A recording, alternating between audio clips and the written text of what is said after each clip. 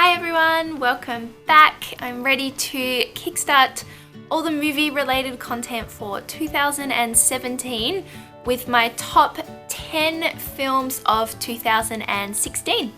Alright, so first up I'm just going to start with some honourable mentions to films that I either really enjoyed or that surprised me.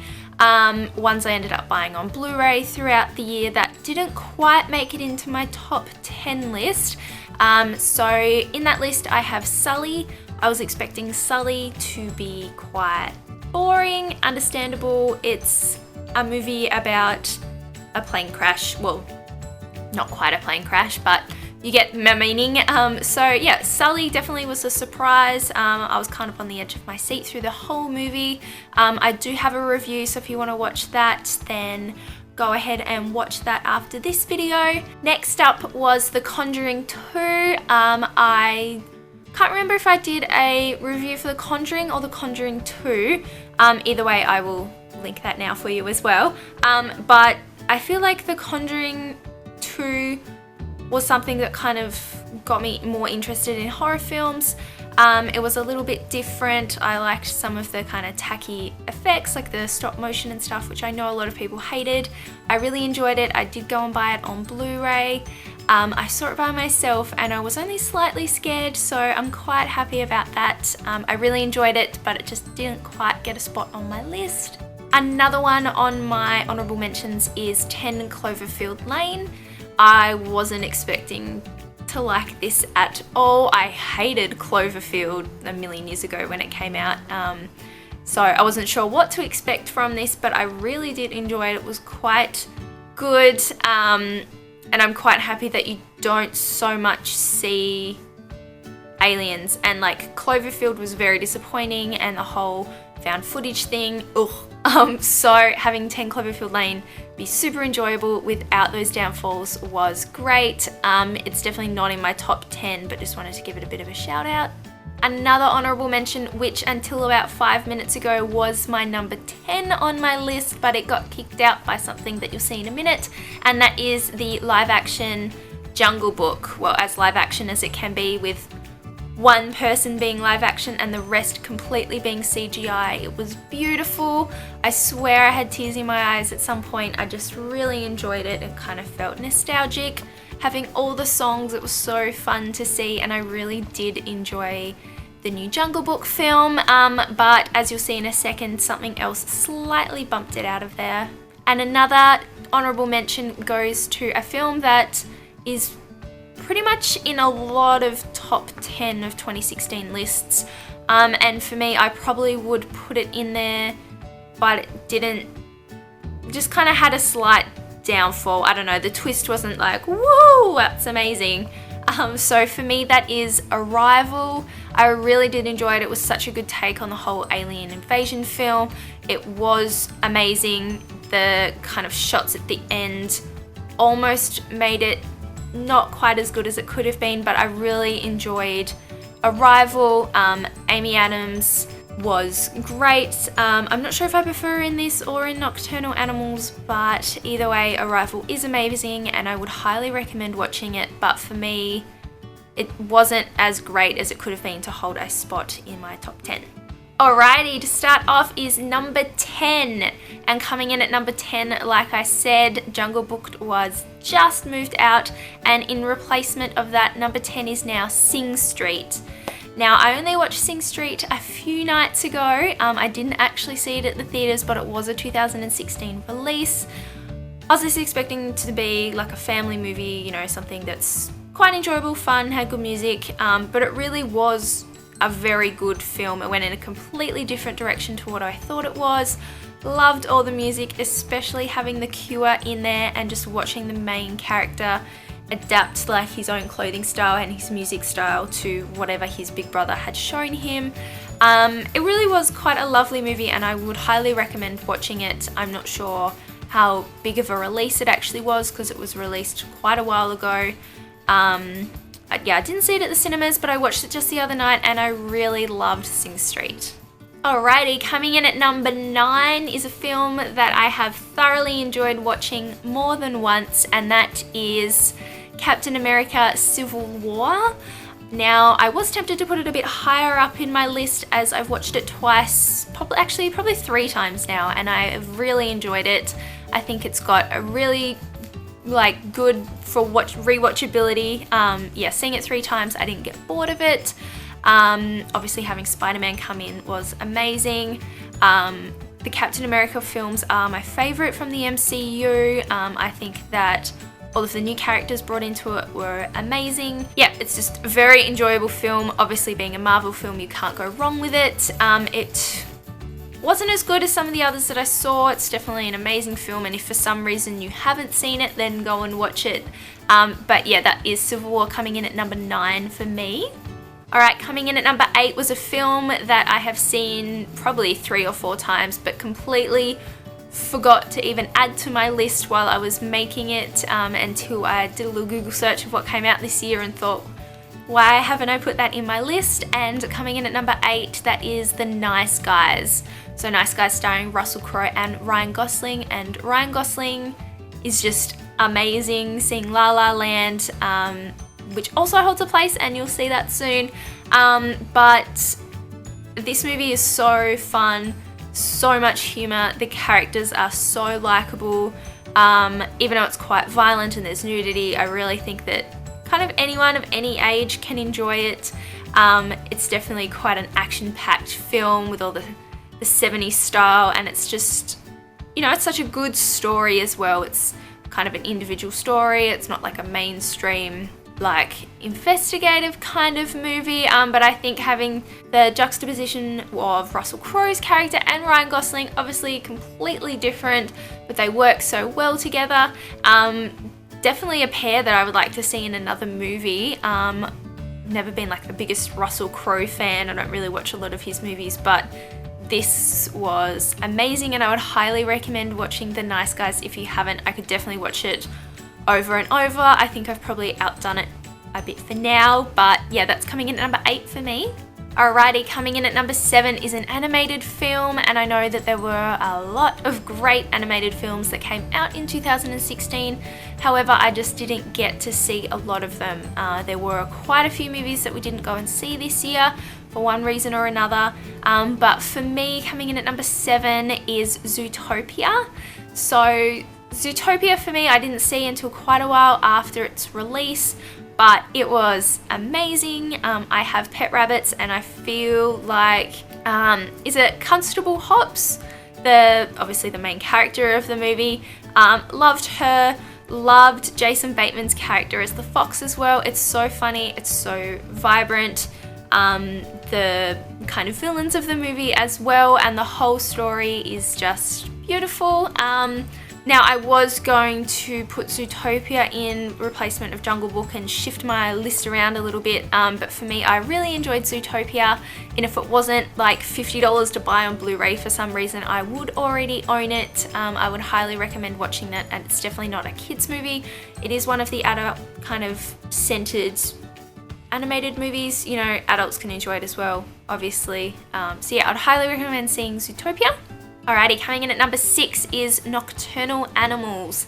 This is one that I only recently saw. Saw it at quite a quiet screening. There weren't many people in there, and it was quite shocking. Obviously, the first few minutes of the film is very in your face, and that completely sets the tone for the rest of the movie. That will definitely desensitize you to anything else that you see throughout the film.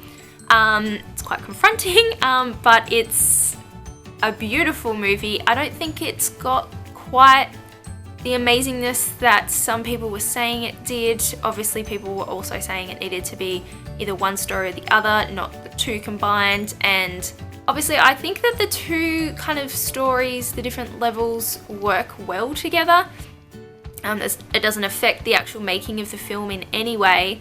But it's not as strong as it could be. I'm not sure about the ending. I don't feel like there was enough from either the actual story within the story or the main story to kind of make that ending impactful. But because it was so shocking, I love Jake Gyllenhaal. He's such a good actor. Amy Adams, again, the whole tone of the movie, the story, the kind of its setting where it was, all puts it together, makes it absolutely amazing. Not quite my favourite movie of the year, nor was it a bad film, and that's why it's coming in at number 6 for me. Alrighty, we are coming down to the top 5 in my list, and these are movies that have really stood out for me. I really enjoyed, hold a special place in my heart for one reason or another, or I absolutely just enjoyed. There is one last minute shocker that is in my top 5 list, but before I get into that, let's go for number 5. And coming in at number 5 for me is Marvel's Doctor Strange. Now, I knew that I was going to enjoy Doctor Strange. Doctor Strange is one of Ben's favourite superhero characters. So going into this, I knew I was going to enjoy it, knew it was going to be good. Not as much hype around it as some of the other Marvel movies, but this was so fun. Benedict Cumberbatch in this movie, the villain of the film, the whole, just like, it's so different to all the other Marvel movies, and it's just so enjoyable and fast paced, and the things that Doctor Strange can do in comparison to some of the others is unique. I haven't read any of the comics, so I can't kind of compare them in that way. But I think obviously the actual main story of Doctor Strange, where it's set, how he gets these powers, why he does it, I think is very interesting, and it makes this such a good movie. Especially the humor in this. There are some bits that are so contemporary and they are so funny. And I've seen it multiple times now, and I would highly recommend you seeing Doctor Strange because it is just so good. For me, it came in well above Civil War, and I think for obvious reasons, if you've seen it, then you would hopefully have enjoyed it as well. Alrighty, coming in at number 4 is a film that I saw on New Year's Eve. It's how I brought in the new year, and if you follow me on Instagram, then you would know that it is one of 2 films that I saw that night. I had a bit of a movie marathon, and the main reason I wanted to go and see it is the main actor. But for me, coming in at number 4 is Patterson. This is Jim Jarmusch's new film that only came out here about a week and a half ago, and obviously it's quite a slow film. It's a film about a bus driver's everyday, not so much struggle, but wander through life. He writes poetry, he's got a beautiful girlfriend, and it basically follows him day to day from waking up, going to bed, a whole 7 days. It stars Adam Driver, who we all know is amazing. He is such a good actor. He just handles the way he acts so differently to a lot of other, especially big actors. I really enjoyed him in this film. I'm not sure I would have enjoyed it as much if it wasn't him, purely because the way he does it is just so different. I do have to say a downfall was the girl that plays his girlfriend, not so much the actor. No offense to her in absolutely any way, but the actual character. She just seemed naive and kind of whiny and useless, and that really bugged me. But considering that it was going to be such a long film about such a kind of mundane topic, it really surprised me, and I really enjoyed it, and I absolutely loved Patterson. I will be buying it on Blu-ray as soon as it comes out. I have completely recommended that Ben watches it, and the friend that I went and saw it with as well really enjoyed it. So if you haven't seen it, definitely catch it before it finishes in theatres. Alrighty, coming in at number 3 for me is a film I completely forgot that I even saw once again, and I think it's because I didn't see it in my normal theatre. I went to one a little bit further out because they had special screenings of it, and coming in at number 3 for me is Shin Godzilla, or Shin Godzilla, or Godzilla Resurgence, depending on where you are or what you want to call it. So as we all know, I love Godzilla. I did my thesis on Godzilla. I own all the Godzilla movies. Think it's amazing. Love it. So tacky and beautiful, starting off in the 50s. Holds a special place in my heart. So yeah, I definitely went and saw Shin Godzilla. It was completely different to what I was thinking it would be. The character design, the meaning behind the character design, the complete Japaneseness of this film, how Godzilla starts out, his first kind of evolution in the film. Hopefully you would have all seen it by now, but I know how hard it is to see it because very limited run in theatres, I think. But as soon as you see Godzilla on screen, there's no way that you can't enjoy it. It is so funny. I do think that there are parts that let it down a bit, especially when they just randomly start talking in English. I'm not sure if that's a thing that happens in a lot of Japanese films lately. That was kind of frustrating. But the rest of the film for me was so fun. I'm so happy. I have been waiting so long for this film to come out, and I just don't think you can go wrong with Godzilla. I mean, Godzilla in 2014 I really enjoyed. Obviously it could have been better, but Shin Godzilla for me was just knocked it out of the park. It was so good, so different. So excited to see if Toho make any other Godzilla movies, but for now I am content with Shin Godzilla and waiting for Godzilla in 2018. And now we are coming down to my top 2 films, and you are probably all wondering where Star Wars is in my list, and it is number 2. So Rogue One, A Star Wars Story comes in at number 2 for me. Obviously this also holds a special place in my heart. I love Star Wars, but as we all know, it does have its flaws, and I couldn't quite put it as number 1, and honestly, it probably shouldn't be as high up in my list as it is, but I've now seen it 3 times, and upon my 3rd viewing, I enjoyed it so much more. The first time, very enjoyable, obviously picked up on its flaws. The second time, I did find myself getting quite bored. And if you haven't heard me talk about it yet, I have a review for Rogue One, and you can go and watch that after this video as well. So yeah, I did find myself getting bored, but the 3rd time I just thoroughly enjoyed it. K2SO is amazing. He's such a good character. I absolutely love Krennic as the villain, and if you have seen it, you cannot go past Darth Vader. That scene is pure genius. I am a sucker for the bad guys in films, so I think they did it so perfectly. I think that Galen's character was great, although I do think I enjoyed it more than some other people because of Catalyst. I would highly recommend reading Catalyst before watching Rogue One. Yes, it has its flaws, but for me it was still an amazing film. Some of the things that let it down, like the soundtrack, given the amount of time that they had to do it, I think we can forgive them for that, but for me, Rogue One comes in at number 2 for 2016 for me.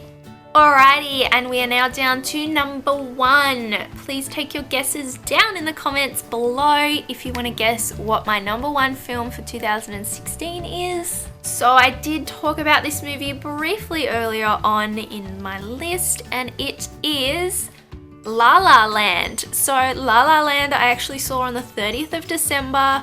It was kind of a spur of the moment, let's go to the movies. No, I don't really want to go to the movies kind of moment. But I gave in, we went and saw it. I hadn't seen the trailer.